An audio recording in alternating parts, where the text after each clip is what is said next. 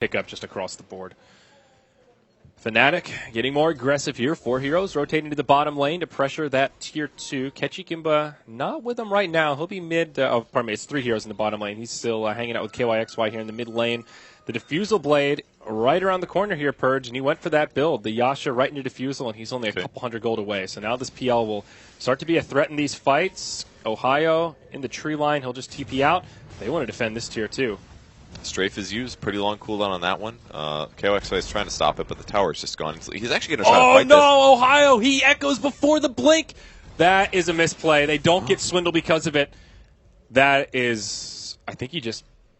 A very rare mistake for him. Yeah, that just a misclick. Like, he's 4-0 in 10. This guy knows what he's doing, but unfortunately for him, he missed that. Saw a little bit too much adrenaline there, and they lose the Ember kill because of it. He definitely would have died there. He even dodged the Zeus ult, I think. Oh my god, he just killed those Ancients so hard. That double damage, yeah, makes a difference. But that was a pretty big mistake there. Now Ketchikimba, he will get the grave. He'll TP home. Ziz also TP. will TP home as well. That was At first I was like, is he waiting to try to last hit him? Yeah, me too. And then, okay. No, that's what you got to do, because there's a lot of catch on Fnatic now. With Zeus ult can find out where you are. Obviously, it's on cooldown, but you know, if there's a blink on Earthshaker, you have to seriously consider the fact that you might be stunned for 3 seconds, and that often leads to a kill. Much different build from Fly this game. We've seen him play a lot of Lina so far today. And first game, he's picked up a Glimmer Cape this early on. Okay. But Complexity do highly prioritize Glimmer Cape as one of their support items. And in this particular match, no one else has been going for it. There could be something Naga gets eventually, but she does not have much farm priority here. It's a great anti-Zeus item. I mean, if he was having a really good early game, I'm sure he still would have gone Yules, but this is probably his fallback build if things aren't going. Still got a ridiculous amount of farm, and he actually farms so much as a support. He's actually got a ridiculous amount of farm for a support, so he's still relevant, but he hasn't been able to get kills out of that as well, unlike the previous games we saw him today. Yeah, definitely that more defensive build, but certainly warranted. Also, the pipe completed on Moon, so things get a lot easier for Complexity. They'll have a minor window of opportunity here where they'll have pipe and mech before Fnatic finish up their mech, unless it's completed on the Courier. Nope, that's the beginning of Mushi's Ags. Never mind, it's the conclusion of Mushi's Ags. He's already got the Staff of Wizardry and the Ogre Club. A bit interesting to see him go Ags first. The general consensus is that going to Ags is a mistake over Refresher, because Ags increases your damage by about 100, whereas Refresher increases your damage by 100% because you're getting double the ult. But you have to go the Bloodstone first build to do that because you don't have the mana otherwise. He maybe could have done it with the Yules and the Arcane Boots, but instead he opts for Ags, gives him bigger burst damage with less committal to using all of his mana pool, which is kind of a cool trade-off. Yeah. If you get the Ags and then use the ult basically every time it's up, you can maximize the DPS, so it's a little more than the Refresher, but the real value of the Refresher is the burst. You can take the whole team down to half health before a fight starts in the middle of it. So it is about trade-offs, but you're absolutely right. Everyone that I've talked to has said, yeah, Ags just feels a little bit underwhelming when it's all said and done. On the bright side, they might want to move me under here. On the bright side with this build is that immediately after he gets Ags, he can now get Refresher, and then his ult combo does way more than the previous does, because then it would do up to 640, double that up to 1200 AoE magic damage to every enemy hero. That's so strong. Even with a pipe on the entire team, it still just obliterates it and still does huge amounts of damage. So Tier 2 up top was taken out in that fight prior, so Swindle will just kind of poke at the high ground here, see if he can pull some reactions back. KYXY will be the one that rotates, while the rest of Fnatic are all grouped up in the Radiant jungle. Yeah, they're thinking about having a go here. Ohio in a great position, just hiding in the tree line, hoping that someone from Complexity may come near the creep wave so he can set up with a good echo. They're going to find each other, though. Fly finds Mushi. Here comes the stun. Ulti as well. It's getting him low. Is he going to get that solo kill that he always wants? Fissure is going to come down. Tombstone as well. That's it. Vacuum gets it on Darkseer. Great pick from Fly there. Beautifully done. Great setup. Value, man. 5 seconds of invis and you set up on the enemy core and get that kill. That's exactly what Fly's used to doing. And he does that so consistently. Always killing a core as a support. And boom, he's up to 1,600 gold. Now he may be able to transition back into Eggs. Yeah, and they also get the Tombstone kill as well for some of that extra gold. With Zeus dead, they'll feel very safe moving into the Roche pit. Abuse that Medallion Deso, and the big boys going down quick. This should be a nice, easy Aegis. Probably going to Ziz, though. Yeah, I think it'll go to Ziz, though he does have his BKB coming out pretty soon. It looks like it because he's in the pit and Ember's not moving. I would have thought it would go to the Ember, yeah. Honestly. Okay, they get to the Clinks. With the same point said, if Clinks doesn't have his ultimate activated, it might be Ember. Swindle in a little bit deep. Yeah, the Echo Slam sets it up, and Ember just from full to zero in the blink of an eye. Moon comes in, tries to mech pipe, But actually, there in time, I don't think either buff connected. Oh, really? Okay. I was going to say, like, I thought maybe. It's hard to say. He died really fast. He had the Flame Guard on as well, so like the Echo came out, and it looked like it didn't do any damage, and then all the Echoes happened, and he just dropped. So it was a good attempt, because if he lived with even 1 HP, he immediately presses his R button, and he flies out of there and ends up surviving. So good attempt by Moon. A little dangerous, but I think it was worth it in that circumstance, because all you got to do is help him survive the burst, and he's alive. Also good execution from Fnatic to just know that they have to burst him down from full to 0 and not let him get away there. Now we'll see this Earthshaker move into the Shadow Blade, so more mobility there, and also we'll let him do some more damage. We've already seen how much these totems hurt. Now adding that Lothar backstab to it makes it hurt that much more. He is so farmed.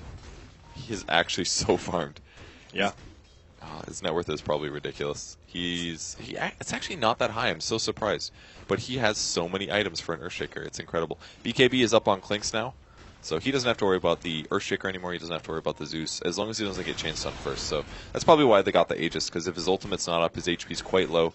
And if he doesn't get his BKB off first, then he is just no use to the team fight. Ember has slightly more survivability skills.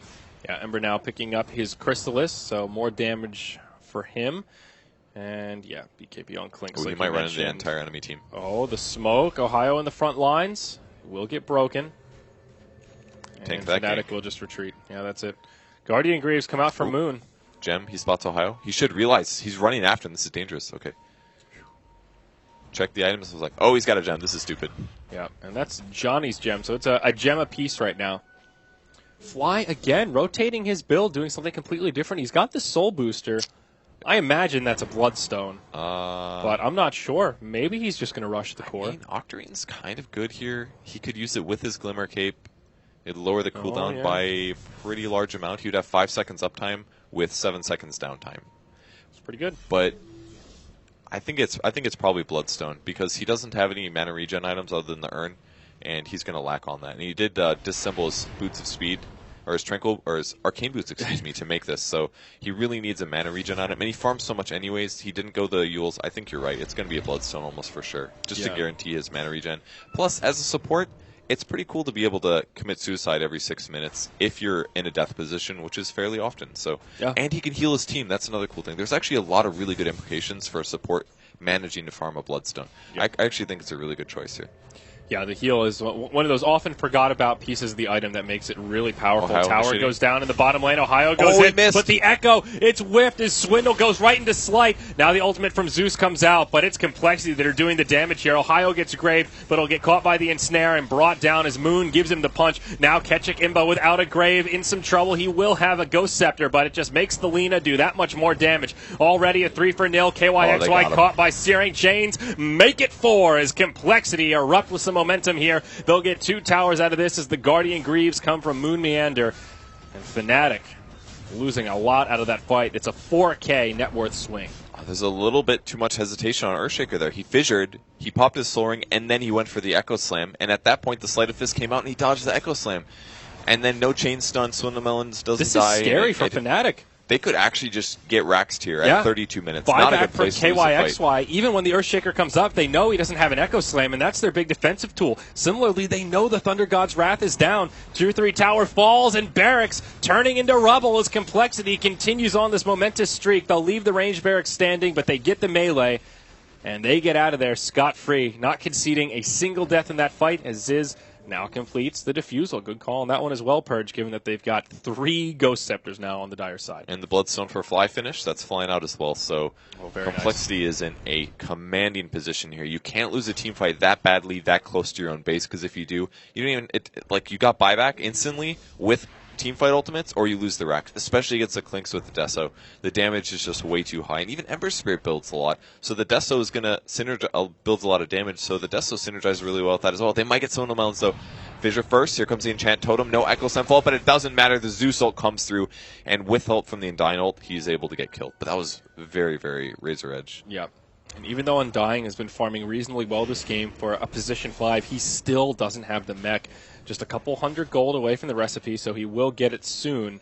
He was so close like 20 minutes ago. He's just died too many times since then. Well, seems more like he just hasn't gotten that much farm. Like, That too. Undying largely gets his gold from winning team fights and ganks and stuff, and his farming ability is actually very weak. It's pretty much Tombstone or nothing. You don't want to use Tombstone to farm. So Yeah. if you just, one of the ways to beat Undying in aggressive dueling is just don't die to him.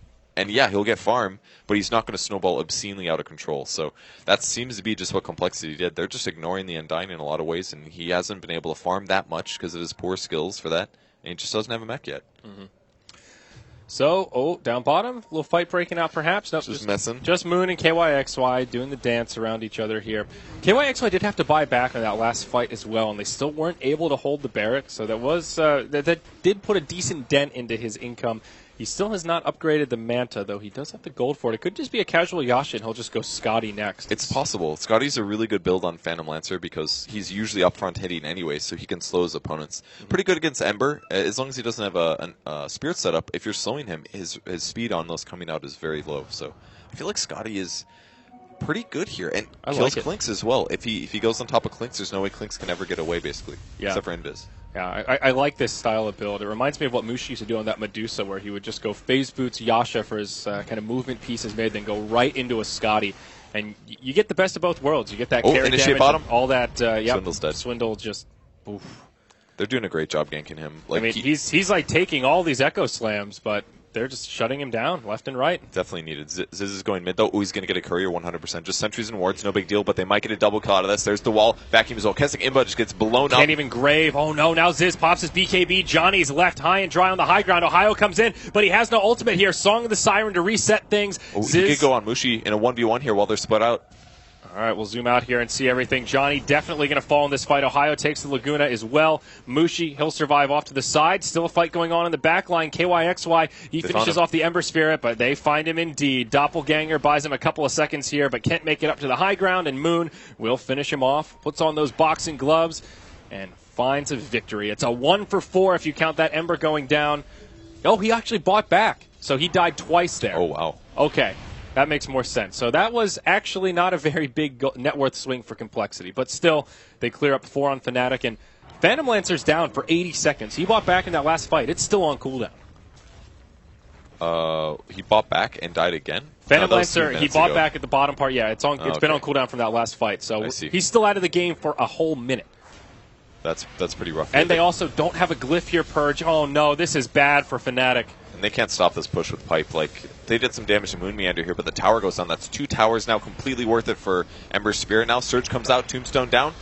They're trying to stop them. Their HP's getting low. They've got heal mech in about 2 seconds here. Yeah, BKB by Ziz as well, and he takes no damage from that. Okay.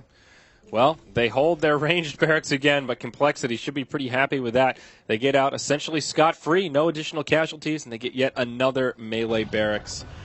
Fnatic hanging in there, but their options getting more and more limited as Complexity now over a 15K net worth lead, nearly 7,500 experience. And this is the story of them every game. Even if they're slightly behind, they'll play very, very safe, and they'll make their plays. They'll get some good map vision, really aggressive wards, and constantly pushing lanes and farming. Fly has 168 CS as a 4-position player. He's got a BOTs now. He just has luxury gold to be able to be like, you know what, I'm going to keep my wand. Like, how often do you get to do that as a support player? Yeah, 12 Bloodstone charges.